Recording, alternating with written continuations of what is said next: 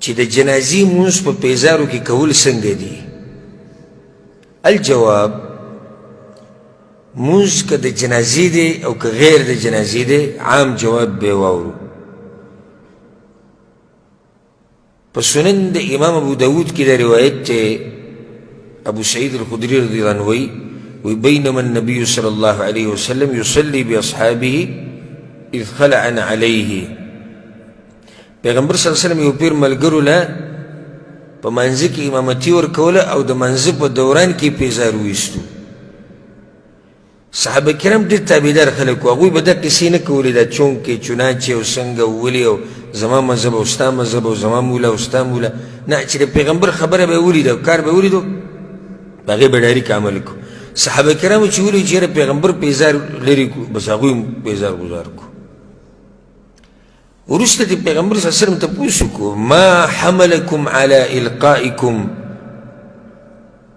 یعنی تاسو ولې دا خپل پیزار هم گزارل؟ هغوی رأیناک القیتنا علیک فالقینا نعالنا، منږ ته ولیدې تا پیزار گزار کړي، منږ هم گزار کړو. دې ته تابعداري وایي د پیغمبر صلی الله علیه وسلم. نو پیغمبر صلی الله علیه وسلم ورته ویې نو ما خو په دې لرې کو چې جبریل راغلی او ما ته وویې جبریل علیه السلام چې ستا په دې یو پیزار کې ګندګي ده.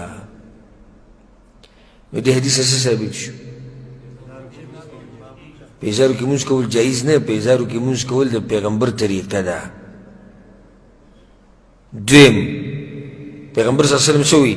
اذا جاء احدکم الى المسجد، تاسو کې چې یو سړی جومات ته راشي، فلینظر ودې ګوري، فان رأى فی نعلیه اذى فلیمسحه ولیصلي فیهما. تاسو کې یو سړی جومات ته راشي نو خپل پیزار دې ویني، که ګندګي پکې نو صفا دې کي او په هغې کې دې مونځ وکړي، امر دی د پیغمبر طریقه. او دا اوس څه شو؟ امر شو. سنن د امام ابو داود کې بل حدیث والا پیغمبر صلی الله علیه وسلم وی خالف الیهود، د یهودو مخالفت کوئ په څه کې؟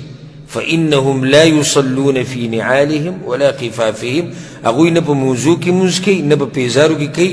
تاسو په موضوع کې هم کوئ، په پیزارو کې هم کوئ. امام ابو داود بل حدیث راوړی، روایت کې څه دي؟ صحابي وایي رأیت رسول الله صلی الله علیه وسلم یصلی حافیا ومنتعلا، ما پیغمبر صلی الله علیه وسلم لیدلی بغیر پیزارو یې مونځ کړی دی او پیزارو سره یې مونځ کړی.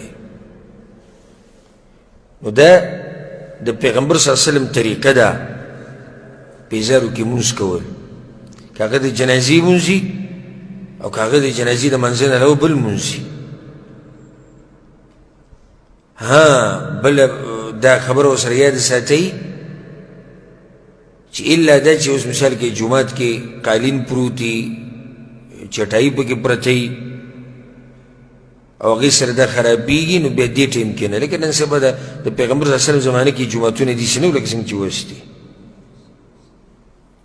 خو که دې نه علاوه یو سړی کولاو میدان کې ودرېږي او مونځ کوي، یا جومات کې مثال کې بهر غولي کې ولاړ دی، منډو کې ولاړ دی، برنډه کې ولاړ دی، قالین پکې نه وي، دوی راشي زه پیزار سره مونځ کوم او پیزار صفایي، نو دې کې څه حرج نشته، بلکې دا د پیغمبر په طریقه باندې عمل کول دي. دا د پیغمبر په طریقه عمل کول دي.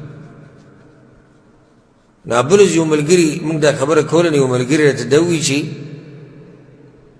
وایي زمونږ خلک جنازې منځه ته ودرېږي، پیزار وباسي له پاسه پې ودرېږي او وی پیزارو کې مونځ ناروا دی. هسې دې ته مې سوچ راغی دا عجیبه طریقه ده، پیزار وباسه او له پاسه پې ودرېږه، خو چې پخپو کړي دي بیا مه کوه. داسې دې کې څه فرق شو؟ له پاسه ودرېده صحیح دي او چې پخپو کې ولاړې پکې بیا غلط دي. دا خو یو شی شو، که په له پاسه ودرېږي او که پخپو کې. نو دا اصل کې دقیق خبره ده چې زموږ په کتاب کې نه دي راغلي، بس لویه وجه دا ده چې مذهب کې نشتي. نو د پیغمبر صلی الله علیه وسلم په مذهب کې دا شتي. ما تاسو ته حدیثونه بیان کړو، سنن د امام ابو داود لاړ شئ، د مولیانو نه تپوس وکړئ، روایلې ویې ګورئ، دا ټول حدیثونه په کې موجود دي. ښه شفاف پیغمبر وایي د یهودو مخالفت وکړي هغوی په پیزارو کې منځونه نه کوي تاسو کوئ ښه شفاف حدیث دی او پیغمبر صلی الله علیه وسلم خپې بله خپې م ودرېدلی بغیر پیزارو نه او پیزارو سره م ودرېدلی نو پیزارو کې مونځ کول دا روا دي دې کې څه حرج نشتي والله اعلم دا ورو سوال کړی